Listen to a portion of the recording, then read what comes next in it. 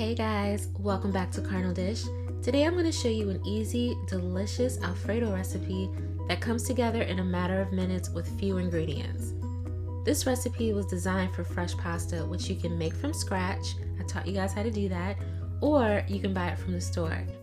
There is absolutely no reason you should be smothering your pasta in that thick, gloopy, snotty trash Alfredo sauce in the jar with a million unnecessary ingredients. It's just not good. So, grab your fresh pasta and let's get started.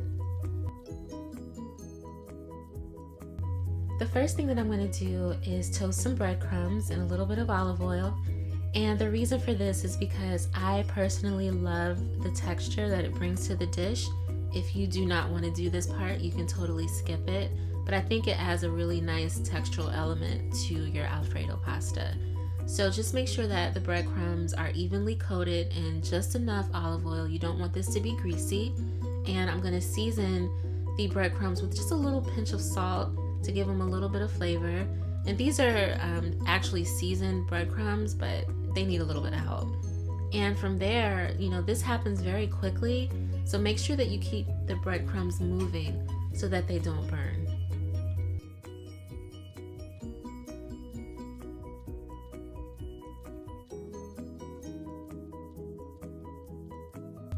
Once your breadcrumbs are beautifully golden brown, you're just going to transfer them to a small bowl and let them hang out while you make your Alfredo sauce. So in another skillet, you're going to melt about 1.5 tablespoons of butter and 2 tablespoons of olive oil and get them nice and hot. And once they start to get foamy, you're going to add some shallot. And you're only going to saute the shallot for about 2 minutes or so just to take that raw edge off, and you want to bring out the shallot's natural sweetness. So just cook that around, make sure it gets all coated, and then we're going to add some garlic. And this part is totally up to you as far as how much or how little you want to add. I love garlic, so I used about maybe 4 or 5 really large cloves. So just saute that around for just 30 seconds. You just want to take the raw flavor off of that too. Garlic can be kind of harsh when it's not cooked. And once that has come together, we are going to add our heavy cream. This is about 2 1/4 cups of heavy cream, not half and half, but the real good fatty stuff. And you're just going to bring this to a boil. And this is still done over medium-high heat.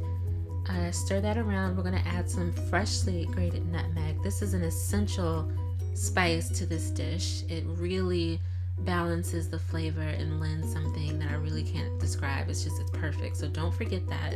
I'm adding a little bit of black pepper and a little bit of salt. And you're just going to stir that around and continue to let this come up to a boil.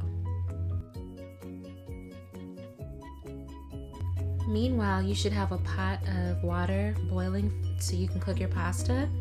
So once this has come up to a boil, we're going to turn the heat all the way down to low, and we're going to cook our fresh pasta. It is very important that you season your pasta water. So you're going to add a really generous spoonful of salt. I'm using sea salt. And gently lower your fresh pasta. Mine had been drying for about 20 minutes. That's why it's kind of stiff. So I'm gently adding that in, and this is only going to cook for like 2 minutes, so it doesn't take that long. It's also very important that you reserve at least 1 cup of this starchy pasta water, so save that. And after about 2 minutes of cooking, you're going to lower your pasta right into the Alfredo sauce. And you're probably going to look at it and say, this is a lot of sauce and not a lot of noodles. Well, it's going to continue to absorb into the pasta, so don't worry about that. And since we're using fresh pasta, it's actually going to help thicken the sauce. So bring the heat back up to a medium because it was on low, so bring it back up to medium. You're just going to season it a little bit, add a little bit more pepper, maybe a little bit more salt, and we're going to add half of our cheese, and I'm using Parmesan Reggiano cheese. Please do not use Parmesan cheese in a bag or in a canister. Please get the real stuff for this, okay? This dish deserves the real cheese. So once you've tossed that around, you're going to add the rest of the cheese, and at that point you want to turn the heat all the way off And this is just gonna continue to thicken and get luscious and super sexy as it stands. See how thick it's getting? Oh my God, this stuff is so amazing. Just look at it. I kind of want to bathe in it. Anyway, let me shut up before y'all start wondering what the hell is wrong with me. So anyway, we're gonna add some fresh herb. I'm using flat leaf Italian parsley and some fresh basil. The amount is totally up to you. I think it adds a really nice touch to the dish. I really wouldn't use like a dried parsley or a dried basil for this. This really should have fresh basil in it and fresh parsley. And just look at the consistency. It's perfect. Oh my God, I need to calm down. I'm just so ready to eat this. So at this point, I'm going to taste it. And I pretty much lost my mind. It was so good. It was perfect. Like I said before, it's gonna continue to thicken as it sits here. So keep that pasta water handy just in case you need to thin it out a little bit. And I'm just gonna add a little bit of pecorino romano, only because I had it, okay? So don't think you need to go out and buy a whole nother cheese. Just use a little bit more Parmigiano Reggiano if you happen to have extra. So toss that around, and honestly, like, it's time to plate it. And I can't wait to eat this. So get a nice warm bowl or plate, and oh, look at it. It's so beautiful. Get some tongs, some kitchen tongs. I'm using some kitchen tweezers to plate mine to give it some nice height. And look at the noodles, like they're not soupy and gloopy. They're evenly coated, they're beautifully coated. Oh, this is so perfect. You're just gonna garnish it with the toasted breadcrumbs, some fresh parsley, and oh my Lord, it is about to get so real. Look at this beautiful dish, you guys. You're gonna love it. I am so excited about this.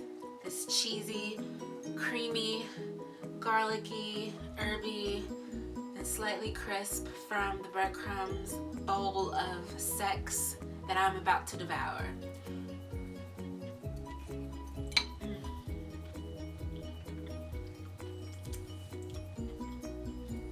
You know, there is nothing like fresh pasta.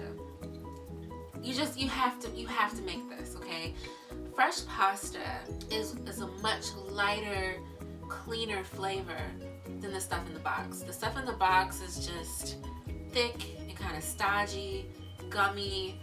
I mean, I still eat it from time to time, but for something like this is incredible. Ooh, that slight crunch just offers, oh my God, this is insane. It comes together like that. Lord have mercy. This is so good. It's better than anything that you'll get at a restaurant. This is really damn good. You better get away from me, dog. You ain't getting none of this. Man, oh man, dingo. Damn, that's good. Really, Coco? So you want to make sure that you keep the hot pasta water just to kind of, help thin it out if you need to, to help keep it creamy. It will definitely thicken and congeal. The fresh pasta, will naturally thicken the sauce. So just keep that pasta water on hand and just add a little bit at a time, like a tablespoon or two at a time, until it comes to the right consistency for you. And when you go to reheat it, make sure you add a little bit of water to it and stir it around every couple of minutes if it's in the microwave. And if you're doing it over the stove, you also want to add water just to, kind of bring back that creamy consistency without it breaking down and getting all oily and greasy and gross. Yeah, I'm gonna go take a nap. Say bye. Say bye, Muffin. Bloop, bloop, bloop, bloop, bloop. She make you wanna lick the plate.